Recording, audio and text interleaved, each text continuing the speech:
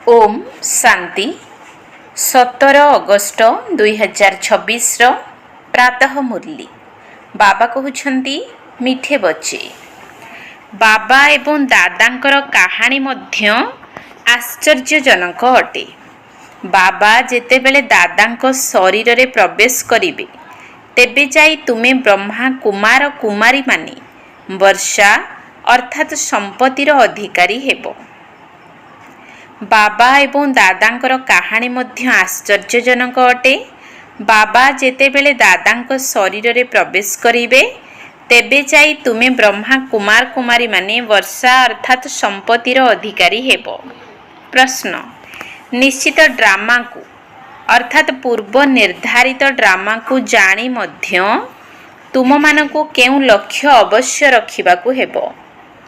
निश्चित ड्रामा को अर्थात पूर्व निर्धारित ड्रामा को जानी मध्य तुम मानकु केउ लक्ष्य अवश्य रखिबाकु हेबो।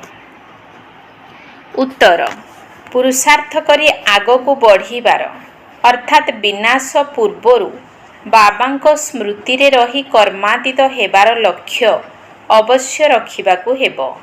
कर्मातीत अर्थात आयरन एजेड रु गोल्डन एजेड हेबार कली जुगीरु सत्य जुगी हेबार पुरुषार्थ करिबा पाई वर्तमान ही अल्प समय बाकी अछि।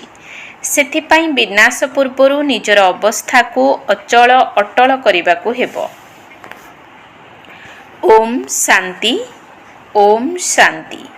दुई जन किए कहउछंती जणे थिले बाबा आउ जणे थिले दादा।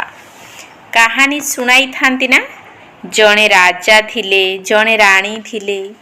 एबे एहा हेउछि नुआ कथा जणे बाबा जणे दादा। तुमे कहिबो 5000 वर्ष पूर्वरु मध्य जणे शिव बाबा थिले आउ जणे ब्रह्मा बाबा थिले। एबे समस्ते तो हेउछंती शिवंकर संतान। समस्त आत्मा एकमात्र बाबांकर संतान अटंती एहा तो निश्चित अटे। ब्रह्मांकर संतान ब्राह्मण मध्य थिले। प्रजापिता ब्रह्मांकर संतान ब्रह्मा कुमार कुमारी माने थिले। तांको किए पाठ पढ़ाउथिले शिव बाबा। प्रजापिता ब्रह्मांकर एही ब्रह्मा कुमार कुमारी माने ढेर संतान अछंती ना। ब्रह्मा कुमार कुमारी माने मानुछंती वास्तव रे आमे शिव बाबांकर संतान अटु पुणी नाती मध्य अटु। संतान तो अटु ताहा सहित एबे नाती मध्य होइछु। ब्रह्मांक द्वारा दादांक ठारू वर्षा नेबा पाई एबे तुमको दादांक ठारू वर्षा मिलुछि जहांकु शिव बाबा कुहा जाउछि। किंतु ब्रह्मा कुमार कुमारी होइथिबा कारणरु तांको आमे दादा कहूछु। वर्षा शिव दादांकर अटे ब्रह्मा दादांकर नुहे। वैकुंठवासी हेबार वर्षा सेही बाबांक ठारू मिलुछि। तुमे अधा कल्प वर्षा पाउछ पुणी रावण ठारू अभिशाप मिलुछि। तळकु खसी खसी आसुछ जेपरि तळकु खसीबा पाई ग्रह दशा पडुछि। एबे तुमे पिल्ला माने जानुछ आमर ग्रहचारी राहुर दशा पूरा हेला।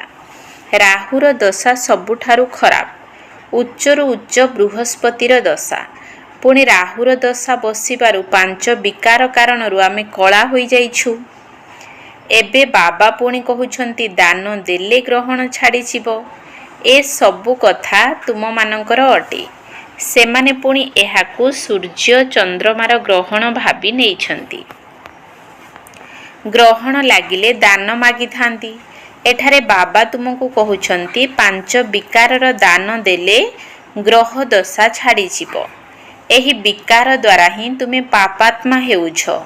मुख्य हेउछि देह अभिमान। प्रथमे एही भली सतो प्रधान थिल पुणी सतो रजो तमो होइछ। तुमे 84 जन्म नेइछ। तुम मानकु दृढ़ निश्चय रहिछि जे वास्तव रे देवता माने 84 जन्म नेउछंती। प्रथमे बाबांक ठारू सेही मानकु ही मिलिबा दरकार। गायन करा जाए आत्मा परमात्मा अलगा रहिले बहुत काल। बाबा कहउछंती प्रथमे प्रथमे तुमको सत्य जुग को पठाइथिली ପୁଣି ଏବେ ତୁମେ ଆସି ମିଶିଛ। ଆଗରୁ ତ କେବଳ ମହିମା ଗାନ କରୁଥିଲ।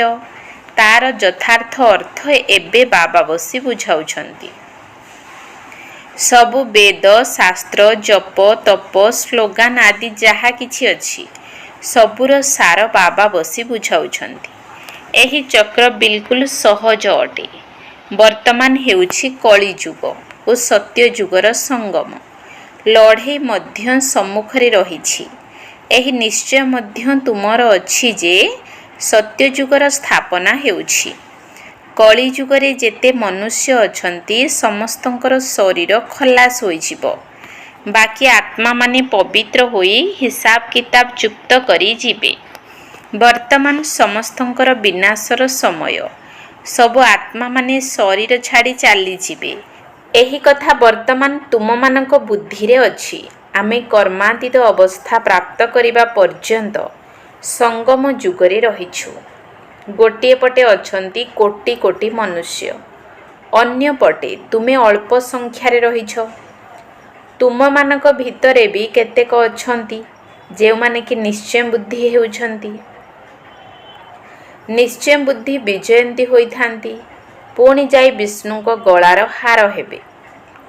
ଗୋଟିଏ ହେଉଛି ରୁଦ୍ରାକ୍ଷମାଳା, ଅନ୍ୟଟି ରୁଣ୍ଡମାଳା ଅର୍ଥାତ୍ ବୈଜୟନ୍ତୀମାଳା। ସେହି ରୁଣ୍ଡମାଳା ଅର୍ଥାତ୍ ବିଷ୍ଣୁମାଳାରେ ଛୋଟ ଛୋଟ ମୁଖାକୃତି ରହିଥାଏ। ଏହା ଚିହ୍ନ ଅଟେ ଆମେ ଆତ୍ମାମାନେ ହିଁ ଆସି ବାବାଙ୍କ ଗଳାର ମାଳାର ଦାନ ହେବୁ। ପୁଣି ଏଠାକୁ କ୍ରମାନ୍ୱୟରେ ଆସିବୁ। ମାଳା 8 ଦାନାର ଅଛି, 108 ଅଛି, 16,108 ମଧ୍ୟ ଅଛି। ଏବେ 16,000 ଅଛି ବା 5-10 ହଜାର ଅଛନ୍ତି, ଏହାର କୌଣସି ହିସାବ ବାହାର କରାଯାଉନାହିଁ। ଏହି ମାଳାର ଗାୟନ ହେଉଛି। ବାବା କହୁଛନ୍ତି ଏସବୁ ତୁମେ କାହିଁକି ବିଚାର କରୁଛ? ଯେତେଜଣ ରାଜା କଳ୍ପ ପୂର୍ବରୁ ସତ୍ୟଯୁଗ ତ୍ରେତାରେ ଥିଲେ ପୁଣି ସେତେଜଣ ହେବେ। 100 ହେବେ ଅଥବା 200-300 ହେବେ, ଏହା ପଚାରିବାର ଆବଶ୍ୟକତା ନାହିଁ। ବାବା କହୁଛନ୍ତି ତୁମେ ଯେତେ ନିକଟତର ହେବ ଏହି ସବୁ କଥା ବୁଝିଯିବ। ଆଜି ଆମେ ଏଠାରେ ଅଛୁ, ପୁଣି କାଲି ବିନାଶ ହେବ। ସତ୍ୟଯୁଗରେ ଅଳ୍ପ କିଛି ଦେବୀ ଦେବତା ରହିବେ, ପରେ ବୃଦ୍ଧି ହୋଇଥାଏ। ସତ୍ୟଯୁଗର ଲକ୍ଷଣ ମଧ୍ୟ ଦେଖାଯାଉଛି। ବାକି ଲକ୍ଷେ ପର୍ଯ୍ୟନ୍ତ ରହିବେ ବା 9-10 ଲକ୍ଷ ରହିବେ, ସଠିକ୍ ଭାବେ କୁହାଯାଇ ପାରିବ ନାହିଁ। ହଁ, ତୁମେ ଯେତେବେଳେ ସଠିକ୍ ଭାବେ ସମ୍ପୂର୍ଣ୍ଣ ହେବାର ଯୋଗ୍ୟ ହୋଇଯିବ, ତୁମକୁ ଆହୁରି ଅଧିକ ସାକ୍ଷାତକାର ହେବ। ଏବେ ବହୁତ କିଛି ବୁଝିବା ପାଇଁ ସମୟ ବାକି ଅଛି। ବହୁତ ସାକ୍ଷାତକାର କରି ଚାଲିବ। ଲଢ଼େଇର ପ୍ରସ୍ତୁତି ମଧ୍ୟ ବହୁତ ହୋଇ ଚାଲିଛି। ସବୁ ଜିନିଷ ମହଙ୍ଗା ହୋଇଯିବ। ବିଦେଶରେ ମଧ୍ୟ ଆଗକୁ ବହୁତ ଶୁଳ୍କ ଆଦି ଲାଗିବ। ଅତ୍ୟଧିକ ମହଙ୍ଗା ହୋଇ ପୁଣି ସମ୍ପୂର୍ଣ୍ଣ ଶସ୍ତା ହୋଇଯିବ। ସତ୍ୟଯୁଗରେ କୌଣସି ଜିନିଷ ପାଇଁ ଖର୍ଚ୍ଚ ହେବ ନାହିଁ। ସବୁ ଖଣି ଆଦି ଭରପୁର ହୋଇଯିବ। ନୂଆ ଦୁନିଆରେ ବହୁତ ବୈଭବ ରହିବ। ଲକ୍ଷ୍ମୀ ନାରାୟଣଙ୍କ ପାଖରେ ବହୁତ ବୈଭବ ଥିଲା ନା। ଶ୍ରୀନାଥ ମନ୍ଦିରରେ ମୂର୍ତ୍ତିମାନଙ୍କ ଆଗରେ ମଧ୍ୟ କେତେ ଆଡ଼ମ୍ବରରେ ଭୋଗ ଲଗାଇଥାନ୍ତି। ସେଠାରେ ବହୁତ ଜିନିଷ ତିଆରି କରି ଭୋଗ ଲଗାଉଛନ୍ତି, ପୁଣି ଖାଉଛନ୍ତି। କହନ୍ତି ଆମେ ଦେବତାଙ୍କ ଆଗରେ ଭୋଗ ଲଗାଉଛୁ। କହୁଛନ୍ତି ଦେବତାମାନଙ୍କୁ ଭୋଗ ନ ଲଗାଇଲେ ସେମାନେ ରାଗିଯିବେ। ତେବେ ଏଥିରେ ବିରକ୍ତ ହେବାର କୌଣସି କଥା ନାହିଁ।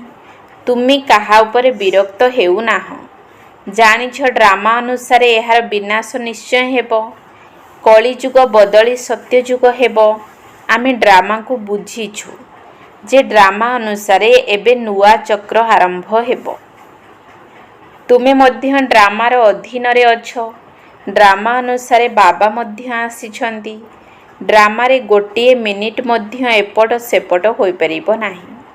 ଯେପରି ବାବା ଆସିବାର ତୁମେ ଦେଖିଲ, କଳ୍ପ ପରେ ମଧ୍ୟ ଅବିକଳ ଏହିପରି ହେବ।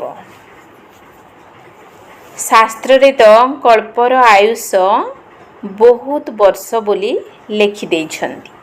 ଏବେ ତୁମ ସନ୍ତାନମାନଙ୍କ ବୁଦ୍ଧିରେ ଅଛି ବାସ୍ତବରେ ବିନାଶ ସମ୍ମୁଖରେ ଦଣ୍ଡାୟମାନ। ଏବେ ତୁମେ ଦ୍ରୁତ ଗତିରେ ଆଗକୁ ବଢ଼ୁଛ।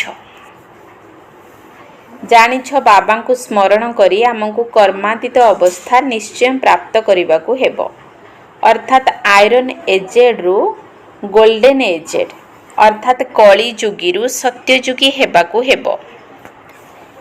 ବର୍ତ୍ତମାନ ଯଦି ପୁରୁଷାର୍ଥ ନ କରିବ ତେବେ ପଦ କମ୍ ହୋଇଯିବ। ହେ ଆତ୍ମାମାନେ, ଏବେ ତୁମେ ପତିତ ହୋଇଯାଇଛ। ଏକଥା ଜାଣିଛ ଯେ ବହୁତ ପ୍ରକାରର ଆତ୍ମା ଆସିବେ, ଯିଏ ଅନ୍ୟ ଧର୍ମକୁ ବଦଳି ହୋଇଯାଇଛନ୍ତି। ସେମାନେ ସେଠାରୁ ବାହାରି ଆସିବେ, ଆସି ନିଜର ପୁରୁଷାର୍ଥ କରିବେ ବାବାଙ୍କ ଠାରୁ ବର୍ଷା ପାଇବା ପାଇଁ। ବ୍ରାହ୍ମଣ ଧର୍ମକୁ ଆସି ପୁଣି ଦେବତା ଧର୍ମକୁ ଆସିବେ। ବ୍ରାହ୍ମଣ ଧର୍ମକୁ ନ ଆସିଲେ ଦେବତା ଧର୍ମକୁ କିପରି ଆସିବେ?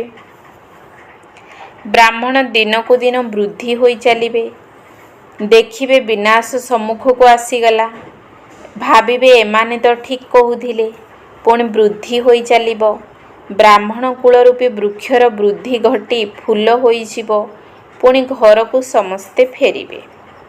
ଦେବତାମାନଙ୍କ କୂଳ ରୂପୀ ବୃକ୍ଷର ବୃଦ୍ଧି ହେବ। ସଙ୍ଗମ ଯୁଗର ହିଁ ମହିମା ରହିଛି। ଗଙ୍ଗା ସାଗରର ମେଳା ଦେଖାଉଛନ୍ତି। ଏସବୁ ହେଉଛି ଭକ୍ତି ମାର୍ଗ। ଏମାନେ ହେଲେ ଜ୍ଞାନ ସାଗର ଓ ଜ୍ଞାନ ସାଗରରୁ ବାହାରିଥିବା ଜ୍ଞାନ ଗଙ୍ଗାମାନେ। ଜ୍ଞାନ ସାଗରଙ୍କ ସହିତ ପତିତ ପାବନ ଅକ୍ଷର ଲାଗୁଛି। ସେମାନେ ଭାବୁଛନ୍ତି ପତିତ ପାବନୀ ଗଙ୍ଗା ଅଟେ ଏବଂ ଗଙ୍ଗାରେ ସ୍ନାନ କରି ଆସୁଛନ୍ତି। ଏହି ନଦୀଗୁଡ଼ିକ ତ ସତ୍ୟଯୁଗ ଆରମ୍ଭରୁ ଚାଲି ଆସୁଛି। ଆଜିକାଲି ନଦୀ ମଧ୍ୟ କେଉଁଠି କେଉଁଠି ବୁଡ଼ାଇ ଦେଉଛି। ପ୍ରକୃତି ସହିତ ସାଗର ମଧ୍ୟ ତମୋ ପ୍ରଧାନ ହୋଇଯାଇଛି। ସାଗର ଟିକିଏ ବି ଉଛୁଳିଲେ ସବୁକିଛି ସମାପ୍ତ କରିଦେବ। ସତ୍ୟଯୁଗରେ ଯମୁନା କୂଳରେ କେବଳ ଆମେ ଅଳ୍ପ କେତେକ ଭାରତରେ ରହିବୁ। ଦିଲ୍ଲୀ ପରିସ୍ଥାନ ଥିଲା, ପୁଣି ମଧ୍ୟ ହେବ। ସତ୍ୟଯୁଗରେ ଅଳ୍ପ କିଛି ଜୀବାତ୍ମା ରହିଥାନ୍ତି, ପୁଣି ଧୀରେ ଧୀରେ ଆସି ଚାଲିଥାନ୍ତି। ବର୍ତ୍ତମାନ ହେଉଛି କଳି ଯୁଗର ଅନ୍ତିମ ସମୟ। କେତେ ଢେର ସଂଖ୍ୟାରେ ମନୁଷ୍ୟ ହୋଇଗଲେଣି। ଏହା ଅବିନାଶୀ ନାଟକ ଅଟେ, ଯାହାକୁ ଭଲ ଭାବରେ ବୁଝିବାକୁ ହେବ। ଯଦିଓ କେତେକ ନିଜକୁ ଅଭିନେତା ବୋଲି ଭାବୁଛନ୍ତି, କିନ୍ତୁ କଳ୍ପ 5000 ବର୍ଷ ବୋଲି କେହି ଜାଣିନାହାନ୍ତି। କାହିଁ 84 ଜନ୍ମ, କାହିଁ 84 ଲକ୍ଷ। ଏବେ ତୁମେ ଆଲୋକରେ ଅଛ, ତୁମକୁ ବାବାଙ୍କ ଠାରୁ ବର୍ଷା ମିଳୁଛି। ବାବା କହୁଛନ୍ତି ମନ୍ମନା ଭବ। ବାବାଙ୍କୁ ମନେ ପକାଇବାକୁ ହେବ। ଶିବ ଭଗବାନ ବାଚ, କୃଷ୍ଣ ଜ୍ଞାନର ସାଗର ନୁହନ୍ତି। ଭଗବାନ ଓ ଦେବତାଙ୍କ ମହିମାରେ ବହୁତ ଅନ୍ତର ରହିଛି। ବାବା ଯେଉଁ ନୂଆ ରଚନା ରଚୁଛନ୍ତି, ତାଙ୍କର ମହିମା ହେଉଛି ସର୍ବଗୁଣ ସମ୍ପନ୍ନ। ବର୍ତ୍ତମାନ ତୁମେ ଏହିପରି ହେଉଛ। ଶିବ ବାବା ଏବଂ ବ୍ରହ୍ମା ବାବାଙ୍କର ମହିମାରେ ରାତି ଦିନର ଅନ୍ତର ରହିଛି। ଏହା ରାଜଯୋଗ ଅଟେ ନା। ଗାୟନ ମଧ୍ୟ କରାଯାଏ। ଭଗବାନ ରାଜଯୋଗ ଶିଖାଇଥାନ୍ତି। ସେ ହେଉଛନ୍ତି ନିରାକାର। ତେବେ ନିଶ୍ଚୟ ନିରାକାରରୁ ସାକାରକୁ ଆସିବାକୁ ପଡ଼ିବ। ଭଗବାନଙ୍କର ଏତେ ମହିମା ରହିଛି, ତେଣୁ ନିଶ୍ଚିତ ଆସିବାକୁ ପଡ଼ିବ। ତାଙ୍କର ଜନ୍ମ ଦିବ୍ୟ ଅଲୌକିକ ଅଟେ। ଆଉ କାହାର ଦିବ୍ୟ ଜନ୍ମର ଗାୟନ କରାଯାଏ ନାହିଁ। ଏକଥା ମଧ୍ୟ ପିଲାମାନଙ୍କୁ ବୁଝାଇଛନ୍ତି ଯେ ଜଣେ ହେଉଛନ୍ତି ଲୌକିକ ଓ ଅନ୍ୟ ଜଣଙ୍କ ପାରଲୌକିକ ପିତା ଅଟନ୍ତି, ଯାହାଙ୍କୁ ହିଁ ଭଗବାନ କହି ମନେ ପକାଉଛନ୍ତି। ଓ ତୃତୀୟରେ ହେଉଛନ୍ତି ଅଲୌକିକ ପିତା। ଇଏ ପୁଣି ୱାଣ୍ଡରଫୁଲ୍ ପିତା ଅଟନ୍ତି। ଯେତେବେଳେ ପାରଲୌକିକ ପିତା ପୋଷ୍ୟପୁତ୍ର ରୂପେ ଗ୍ରହଣ କରନ୍ତି, ସେତେବେଳେ ମଝିରେ ଏହି ଅଲୌକିକ ପିତା ଆସିଯାଆନ୍ତି। ପ୍ରଜାପିତା ବ୍ରହ୍ମାଙ୍କର ଢେର ସନ୍ତାନ ଅଛନ୍ତି। ଶିବ ବାବା ଆସି ବ୍ରହ୍ମାଙ୍କ ଦ୍ୱାରା ତୁମକୁ ନିଜର କରୁଛନ୍ତି। କେତେ ବ୍ରହ୍ମା କୁମାର କୁମାରୀ ହେଉଛନ୍ତି। ଲୌକିକ ପିତାଙ୍କର ତ ଅତି ବେଶୀରେ 8-10 ସନ୍ତାନ ରହିଥାନ୍ତି। ଆଚ୍ଛା, ଶିବ ବାବା ମଧ୍ୟ ପାରଲୌକିକ ପିତା ଅଟନ୍ତି। ତାଙ୍କର ତ ଅନେକ ସନ୍ତାନ ରହିଛନ୍ତି। ସବୁ ଆତ୍ମାମାନେ କହୁଛନ୍ତି ଆମେ ସମସ୍ତେ ଭାଇ ଭାଇ ଅଟୁ। ବର୍ତ୍ତମାନ ଏହି ସଙ୍ଗମ ଯୁଗରେ ପୁଣି ଅଲୌକିକ ପିତା ମିଳିଛନ୍ତି। ଏହି ଜ୍ଞାନ ତୁମର ସତ୍ୟ ଯୁଗରେ ରହିବ ନାହିଁ। ବାବା ଆସି ନୂଆ ସୃଷ୍ଟି ରଚନା କଲା ବେଳେ ଆମକୁ ପ୍ରଜାପିତା ବ୍ରହ୍ମା ପିତା ରୂପରେ ମିଳିଥାନ୍ତି। ତେଣୁ ଏହା ଅଲୌକିକ ଜନ୍ମ ହେଲା। ଏହାକୁ କେହି ବୁଝିପାରିବେ ନାହିଁ। ଶାରୀରିକ ପିତା ହେଲେ ଲୌକିକ ପିତା, ଆତ୍ମିକ ପିତା ହେଲେ ପାରଲୌକିକ ପିତା ଏବଂ ପ୍ରଜାପିତା ହେଉଛନ୍ତି ଆମର ଏହି ସଙ୍ଗମ ଯୁଗୀ ଅଲୌକିକ ପିତା। ଲୌକିକ ପିତା ସତ୍ୟଯୁଗ ଆରମ୍ଭରୁ ରହି ଆସିଛନ୍ତି। ପାରଲୌକିକ ବାବାଙ୍କୁ ସେଠାରେ କେହି ସ୍ମରଣ କରିବେ ନାହିଁ। ସେଠାରେ ଜଣେ ପିତା ରହିବେ। ହେ ଭଗବାନ, ହେ ପରମାତ୍ମା କହି ମନେ ପକାଇବେ ନାହିଁ। ପୁଣି ଦ୍ୱାପରରେ ଭକ୍ତି ଆରମ୍ଭ ହେଲେ ତୁମର 2 ଜଣ ପିତା ରହିବେ। ସଙ୍ଗମରେ 3 ଜଣ ପିତା ରହିଛନ୍ତି।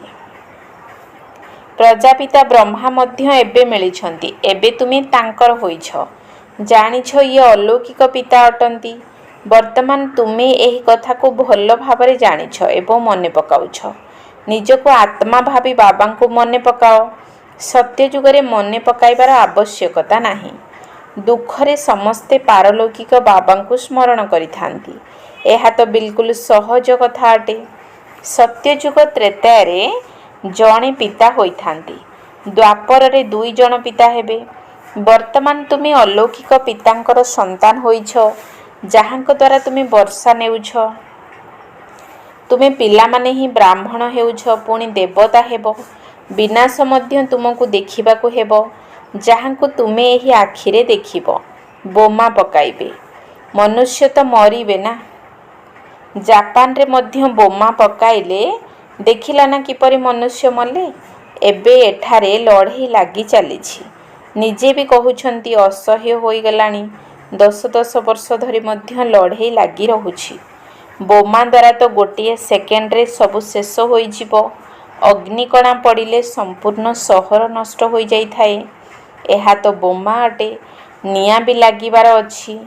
ତୁମେ ସନ୍ତାନମାନେ ଜାଣିଛ ବାବା ଆସିଛନ୍ତି ସ୍ଥାପନା ଓ ବିନାଶ କରାଇବା ପାଇଁ।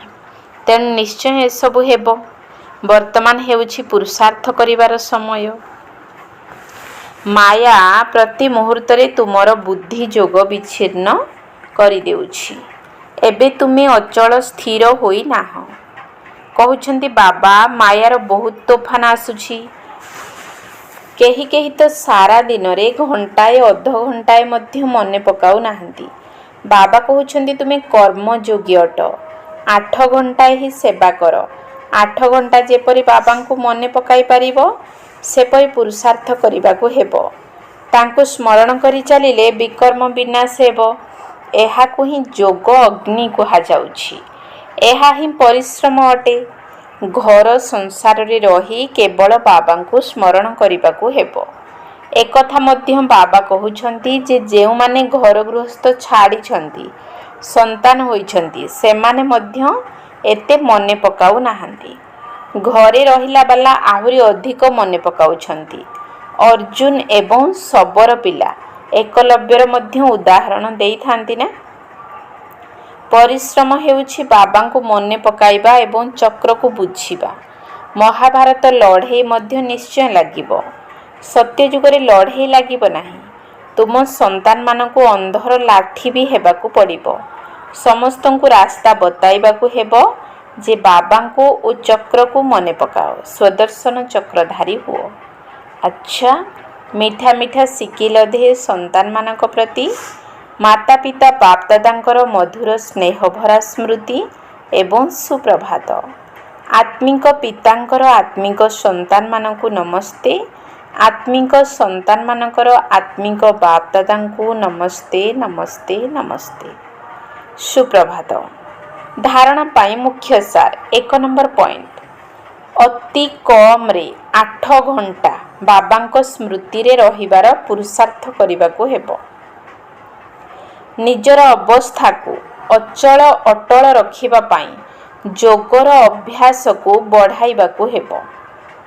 ଏଥିରେ ଅବହେଳା କରିବାର ନାହିଁ।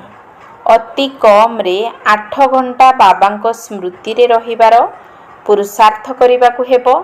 ନିଜର ଅବସ୍ଥାକୁ ଅଚଳ ଅଟଳ ରଖିବା ପାଇଁ ଯୋଗର ଅଭ୍ୟାସକୁ ବଢ଼ାଇବାକୁ ହେବ। ଏଥିରେ ଅବହେଳା କରିବାର ନାହିଁ। 2 ନମ୍ବର ପଏଣ୍ଟ। ଏହି ଡ୍ରାମା ସମ୍ପୂର୍ଣ୍ଣ ସଠିକ୍ ଭାବରେ ତିଆରି ହୋଇଛି। ସେଥିପାଇଁ କାହା ଉପରେ ବି ବିରକ୍ତ ହେବାର ନାହିଁ, ନିଶ୍ଚୟ ବୁଦ୍ଧି ହେବାର ଅଛି। ଏହି ଡ୍ରାମା ସମ୍ପୂର୍ଣ୍ଣ ସଠିକ୍ ଭାବରେ ତିଆରି ହୋଇଛି। ସେଥିପାଇଁ କାହା ଉପରେ ବି ବିରକ୍ତ ହେବାର ନାହିଁ, ନିଶ୍ଚୟ ବୁଦ୍ଧି ହେବାର ଅଛି। ବରଦାନ ତୋଡ଼ନା, ମୋଡ଼ନା ଏବଂ ଯୋଡ଼ନା ଏହି ତିନୋଟି ଶବ୍ଦର ସ୍ମୃତି ଦ୍ୱାରା ସଦା ବିଜୟୀ ଭବ। ତୋଡ଼ନା, ମୋଡ଼ନା ଏବଂ ଯୋଡ଼ନା ଏହି ତିନୋଟି ଶବ୍ଦର ସ୍ମୃତି ଦ୍ୱାରା ସଦା ବିଜୟୀ ଭବ। ସାରା ପାଠ ପଢ଼ାର ଏବଂ ଶିକ୍ଷାଗୁଡ଼ିକର ସାରାଂଶ ଏହି ତିନୋଟି ଶବ୍ଦ ଅଟେ। 1ରେ କର୍ମ ବନ୍ଧନକୁ ତୋଡ଼ନା ଅର୍ଥାତ୍ ତୁଟାଇବାକୁ ହେବ। 2ରେ ନିଜର ସ୍ୱଭାବ ସଂସ୍କାରକୁ ମୋଡ଼ନା ଅର୍ଥାତ୍ ପରିବର୍ତ୍ତନ କରିବାକୁ ହେବ। ଏବଂ 3ରେ ଏକମାତ୍ର ବାବାଙ୍କ ସହିତ ସର୍ବ ସମ୍ବନ୍ଧ ଯୋଡ଼ିବାକୁ ହେବ। ଏହି ତିନୋଟି ଶବ୍ଦ ସମ୍ପୂର୍ଣ୍ଣ ବିଜୟୀ କରିଦେବ। ଏଥିପାଇଁ ସର୍ବଦା ଏହି ସ୍ମୃତି ରହୁ ଯେ ଯାହା ବି ସବୁ ଏହି ନୟନ ଦ୍ୱାରା ବିନାଶୀ ଜିନିଷଗୁଡ଼ିକୁ ଦେଖୁଛୁ, ସେଗୁଡ଼ିକ ବିନାଶ ହୋଇସାରିଛି। ସେଗୁଡ଼ିକୁ ଦେଖୁଥିଲେ ମଧ୍ୟ ନିଜର ନୂଆ ସମ୍ବନ୍ଧ, ନୂଆ ସୃଷ୍ଟିକୁ ଦେଖୁଥାଅ, ଯାହାଦ୍ୱାରା କେବେ ବି ପରାଜୟ ହୋଇପାରିବ ନାହିଁ। ସ୍ଲୋଗାନ ଯୋଗୀର ଲକ୍ଷଣ ହେଲା ସର୍ବଦା ସ୍ୱଚ୍ଛ ଏବଂ ସ୍ପଷ୍ଟ। ଯୋଗୀର ଲକ୍ଷଣ ହେଲା ସର୍ବଦା ସ୍ୱଚ୍ଛ ଏବଂ ସ୍ପଷ୍ଟ। ଅବ୍ୟକ୍ତ ଇଶାରା ଅପବିତ୍ରତାର ବୀଜକୁ ମଧ୍ୟ ସମାପ୍ତ କରି ସମ୍ପୂର୍ଣ୍ଣ ସ୍ୱଚ୍ଛ ଅର୍ଥାତ୍ ପବିତ୍ର ହୁଅ। ଯଦି ବ୍ରାହ୍ମଣ ଜୀବନରେ ସଂକଳ୍ପରେ ମଧ୍ୟ ଅପବିତ୍ରତା ବା ଅମର୍ଯ୍ୟାଦା ଆସିଯାଉଛି, ତେବେ ସିଂହାସନ ଅଧିକାରୀ ହେବା ପରିବର୍ତ୍ତେ ଖସିବାର ସ୍ଥିତିକୁ ଆସିଯାଉଛ।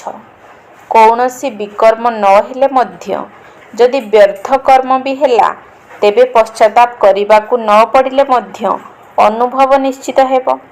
ଅନୁଭବ ହେବ ଯେ ଏହା ଭୁଲ ଅଟେ, ହେବା ଉଚିତ ନୁହେଁ। ଏହା ମଧ୍ୟ କଣ୍ଟା ଫୁଟିବା ଭଳି କଷ୍ଟ ଦେଇଥାଏ। ସେଥିପାଇଁ ଏହି ବ୍ୟର୍ଥ ଠାରୁ ମଧ୍ୟ ମୁକ୍ତ ହୁଅ। ଓମ୍ ଶାନ୍ତି।